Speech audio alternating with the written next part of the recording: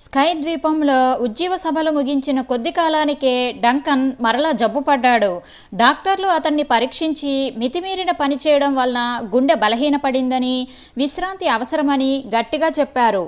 Faith machine వ్యవస్థాపకుడైన Goan గారు, ఆయన భార్య డంకన్ను ఎంతో ప్రేమతో ఆదరించి 3 నెలలు తమ వద్దనే ఉంచుకొని చికిత్స చేయించారు. ఆ దినాలలో తన పట్ల వారు చూపిన ప్రేమకు డంకన్ తన జీవితంలో ఎన్నడూ మర్చిపోలేదు. ఆ తరువాత ఆయన జ్ఞాపకార్థం తన కుమారులలో ఒకరికి గోవన్ గారి పేరు పెట్టుకున్నాడు. డంకన్కు షోనా అనే ఆమెతో వివాహమయ్యింది.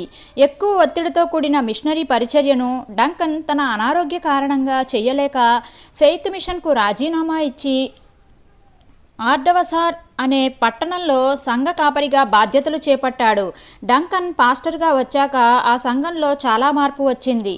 సంఘస్థుల్లో ప్రతి ఇంటిని దర్శించి వారి కొరకు ప్రార్థన చేసేవాడు. అనేకులు ఆత్మలో ఉజ్జీవింపబడి ఉన్నతమైన మెట్టులోనికి నడిపించబడ్డారు. డంకన్ సంఘ విభేదాలు చూపించకుండా ఏ సంఘం వారైనా సరే అవసరతలో ఉన్నారంటే తప్పక సహాయం చేసేవాడు. ఆ తరువాత కొద్ది కాలానికి బాలింటర్ అనే ఊరిలో ఒక చిన్న సంఘానికి కాపరిగా వెళ్ళాడు. అక్కడ చేరిన మొదటి వారంలోనే సంఘస్థులలో కదలిక వచ్చింది. డంకన్ నశించిపోతున్న ఆత్మలను హెచ్చరించడానికి ఏమాత్రం వెనుకాడేవాడు కాదు. దేవుని వాక్యం బోధించడంలో ఏమాత్రం రాజీ పడేవాడు కాదు.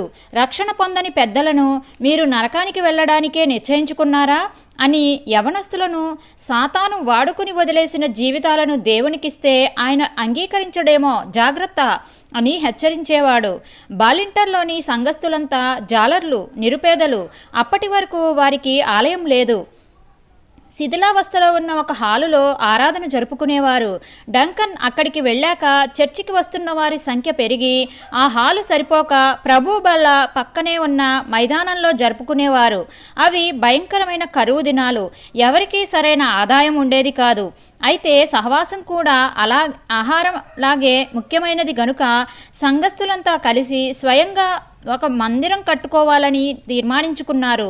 వారు కష్టపడి శ్రమదానం, త్యాగపూరితమైన అర్పణల ద్వారా నూతన మందిరాన్ని నిర్మించుకున్నారు. ఆ ప్రక్కనే పాస్టర్ గారికి ఒక ఇల్లు కూడా కట్టారు. చిన్నవారు మొదలుకొని పెద్దవారి వరకు అందరూ డంకన్ అంటే ఎంతో ఇష్టపడేవారు. డంకన్ బాలింటర్ రావడానికి 8 సంవత్సరాలకు ముందు ఫెయిత్ మిషన్ నుండి వచ్చిన 2 సువార్థికులు ఆ ప్రాంతానికి వచ్చి సువార్త ప్రకటించారు. అప్పుడు రక్షణ పొందిన వారు ప్రభువులో స్థిరంగా నిలబడి డంకన్కు బలమైన ప్రార్థనా సహాయాన్ని అందించారు. ఆరాధన నడిపించేటప్పుడు డంకన్ ఎప్పుడూ పరిశుద్ధాత్మ నడిపింపు ప్రకారమే చేసేవాడు. పరిశుద్ధాత్మ దేవుడు ఈ ఆరాధనను నడిపిస్తున్నారు అని చెప్పి తన ప్రార్థన ప్రారంభించగానే అతని హృదయపు లోతులలో నుండి గొప్ప ప్రార్థన, విజ్ఞాపన ప్రవాహంలా బయటకు వచ్చేవి. అతని తరువాత ఆ మందిరమంతా దేవుని సన్నిధితో నిండిపోయే వరకు సంఘ పెద్దలు ప్రార్థన చేసేవారు.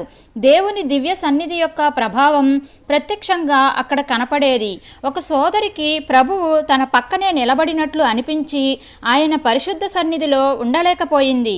అటువంటి సమయాలలో డంకన్ తన ముందే సిద్ధపరచుకున్న వర్తమానం కాక పరిశుద్ధాత్మ నడిపింపుతో వేరే వర్తమానాన్ని అందించేవాడు. డంకన్ తనకు తెలియని అంశం మీద ప్రసంగిస్తుంటే పరిశుద్ధాత్మ దేవుడు ఒక్కొక్క భాగాన్ని విశదీకరించేవాడు.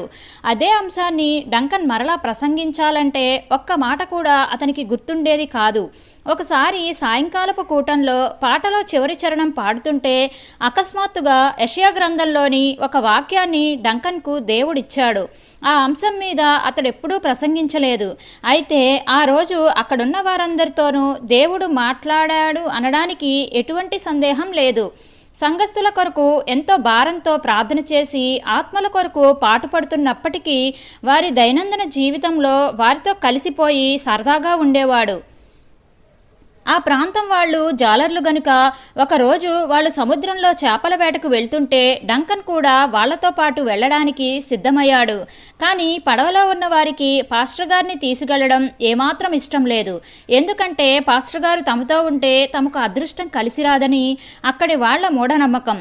వాళ్ల మూఢనమ్మకాన్ని వదలగొట్టాలని డంకన్ ప్రయత్నిస్తుంటే డంకన్ను ఎలాగైనా పడవ దింపేయాలని వాళ్ళు కూడా విశ్వప్రయత్నం చేస్తున్నారు. ఇంతలో వాళ్ళలో ఒకరు, అయ్యా పాస్టర్ గారు, మీరు గనక పడవలో రావాలంటే త్వరగా వెళ్ళి మీ కోటు తెచ్చుకోండి, సముద్రంలో చాలా చలిగా ఉంటుంది అన్నాడు. ఎలాగైతేనేం తనను తీసుకెళ్ళడానికి వాళ్ళు అంగీకరించారనే సంతోషంతో డంకన్ ఇంటికి వెళ్ళి కోటు తెచ్చుకునేసరికి పడవ లేదు, మనుషులు లేరు. డంకన్ ప్రసంగం చేసేటప్పుడు గట్టిగా బల్లగుద్ది ప్రసంగం చేసేవాడు. ఒకసారి పాస్టర్ గారి చేతి వ్రేలు ఎముక ఇరిగిందట అని ఒకరు అంటుంటే, అయ్యో మరి ప్రసంగ వేదికకు ఎంత దెబ్బ తగిలిందో అని మరొకరు చలోక్తిగా అన్నారు.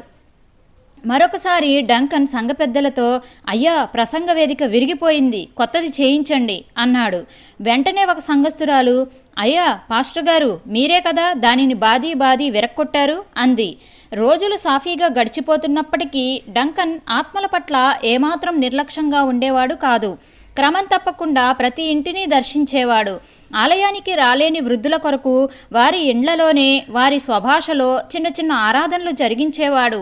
ఏ విధంగానైనా ప్రతి వ్యక్తిని క్రీస్తునొద్దకు నడిపించాలనేదే డంకన్ గురి. పాస్టర్గా ఎన్నో బాధ్యతలతో ముమ్మరంగా ఉన్నా అవసరమైనప్పుడు కష్టపడి పనిచేయడానికి ఏమాత్రం వెనుకాడేవాడు కాదు. ముఖ్యంగా వృద్ధులైన వారికి పొలం పనుల్లో సహాయపడేవాడు. ఆ ప్రాంతానికి వచ్చిన ఇతర సువార్థికులను ఆదరించి ప్రోత్సహించి ఆతిథ్యం ఇచ్చేవాడు.